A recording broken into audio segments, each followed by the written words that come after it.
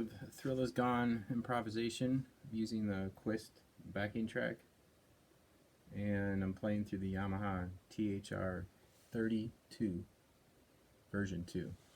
I got kind of a medium gain sound. It sounds okay, you know, it's a small desktop solid state amp. It does for what it is, it's good. So what I'm doing here is I'm trying to keep it as simple as possible, and I want you guys to see this, that, like, you know, just using 4 notes essentially, you know, that I'm thinking around. I mean, I added in other notes, but my thinking is just around these 4 notes. Now we're in B minor, so I'm playing out of the E minor form, and I'm seeing the blues note in there too as well. But the point here is just that I'm using these 4 notes as my main, you know, thought process. And I did extend a little bit away from those, but overall I was just really staying in here. Now, to make this work, it comes down to phrasing in terms of, you know, when you're playing your licks, and with that would be using rests. I think at one point there I waited a while for the 5 chord to come in, which is good. Let rests be your friend. What else? You know, I bent up, and then we did it again on the 4. And I'm using these, I'm bending that 7th of the G down to the ground, but you're still bending it up. You know, vibrato. I'm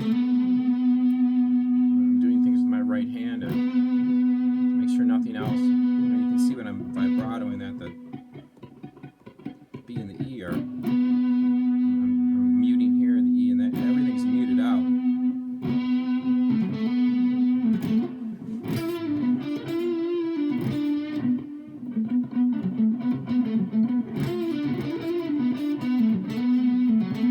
So you just gotta hang here.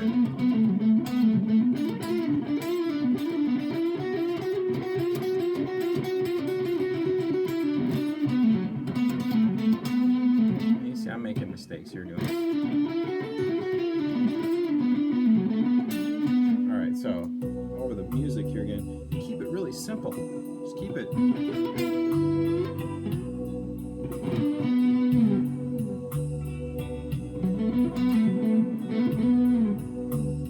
I'm letting it come in, and then I'm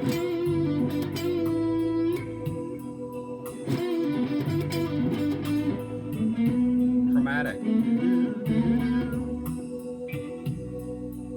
So I'm waiting for the 5 here. Wait here, so there's the 5. 4, same thing.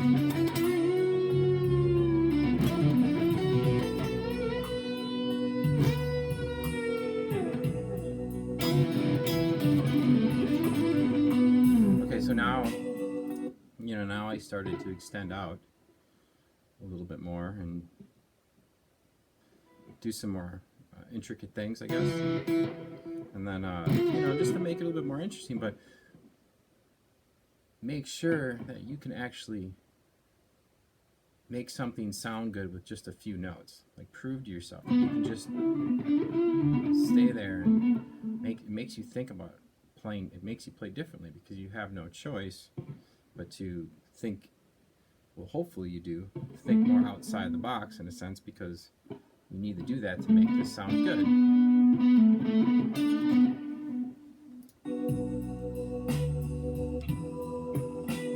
See, I'm using phrasing. I'm using space and phrasing as my friend to get through this without really thinking about the chord changes.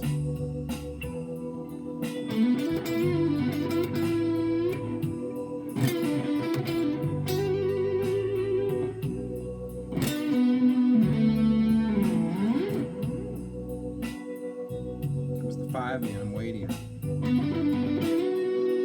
slid up to it.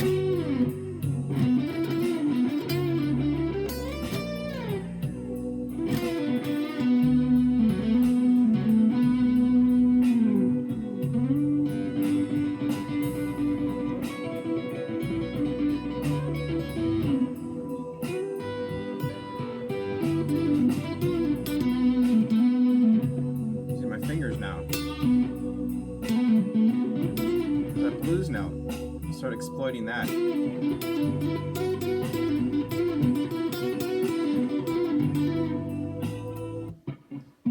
All right, so there's the blues note. Man, it's a glare there.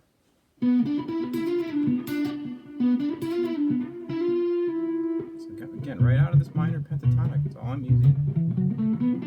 I mean, I'm seeing other forms of it.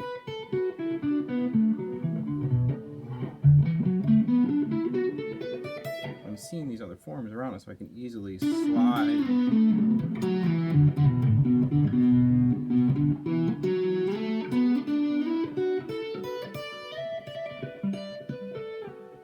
I'm just seeing things linearly, diagonally.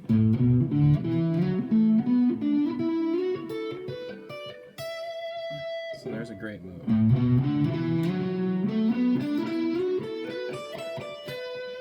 So that over. I'll use that.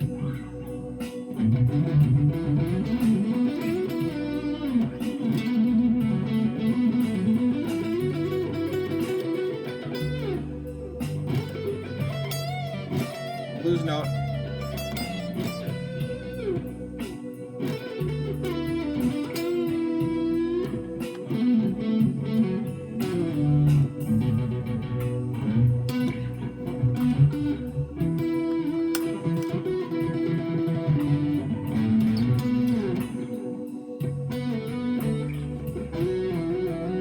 These are octaves, right?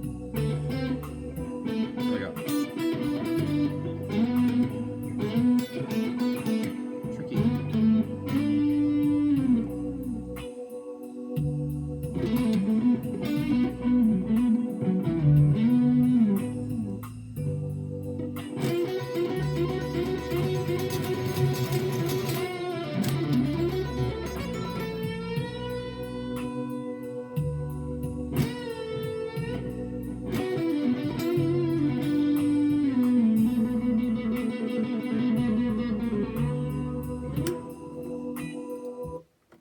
So like I said, you know, to me it all really starts with just the playing very simple. Just simple work on space. Take your hand away.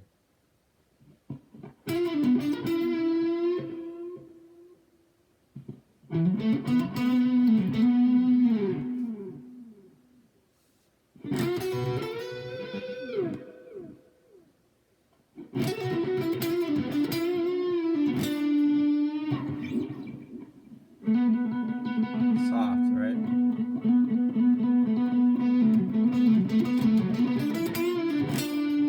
Now, bring your finger. We're doing that hybrid stuff, you know. So I'll show you a little bit of that with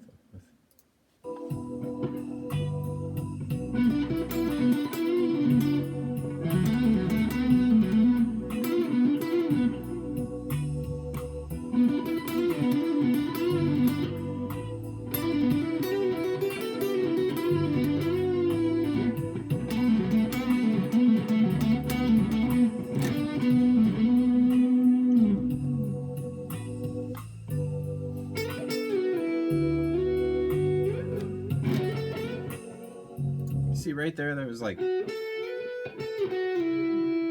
hung on that note too long. Kind of was getting like, oh, I realized, and I'm like, get up, you know? So if you're listening,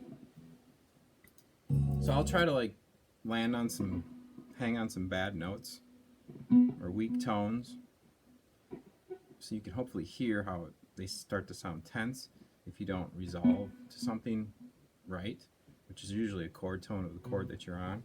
So I'm not really getting into that type of lesson right here in terms of chord tones. I want you to focus on using what you know, but working on making it way more musical, and really working on your phrasing when it comes to this stuff.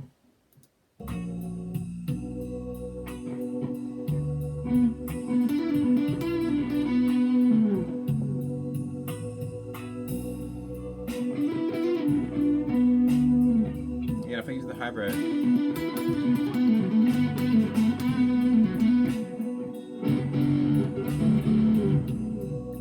feel like I just skipped something. Anyway, there I'm capturing two notes at once.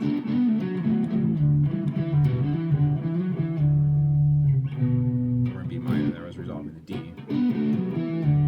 So B minor and D major are the same thing. So I can take these same licks and just resolve. I have to make D the tonal center here, right?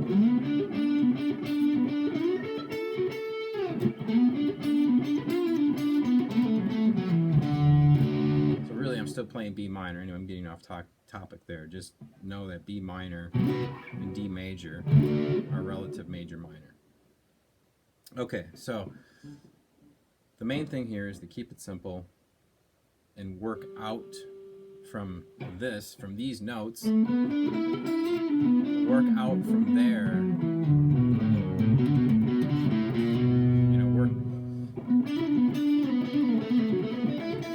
I'm not trying to say that's what you do forever. It's just,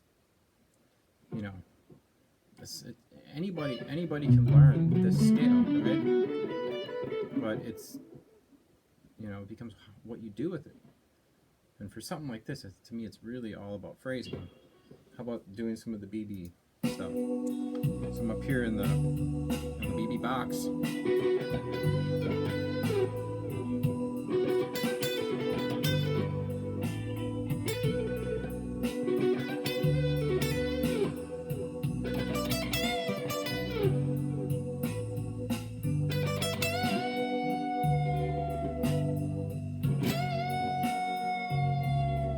So look at that right there. When I do this, look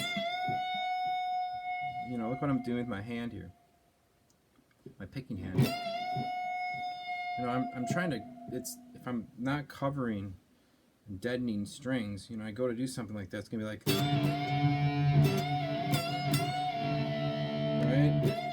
And I want to get some of that raking in there too. So I have to rake down, and then at the end, I raise my hand up.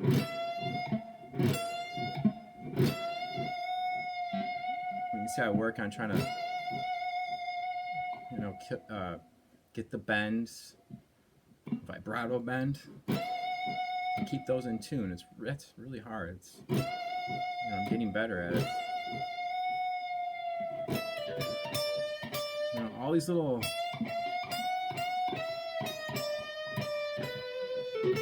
So there I'm bending.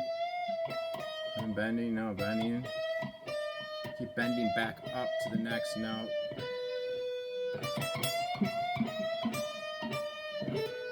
Here's how that would sound over the music.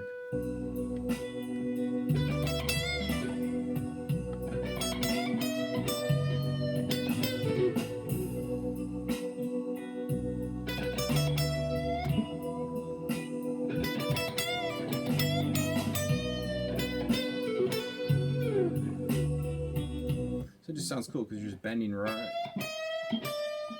You're bending right back.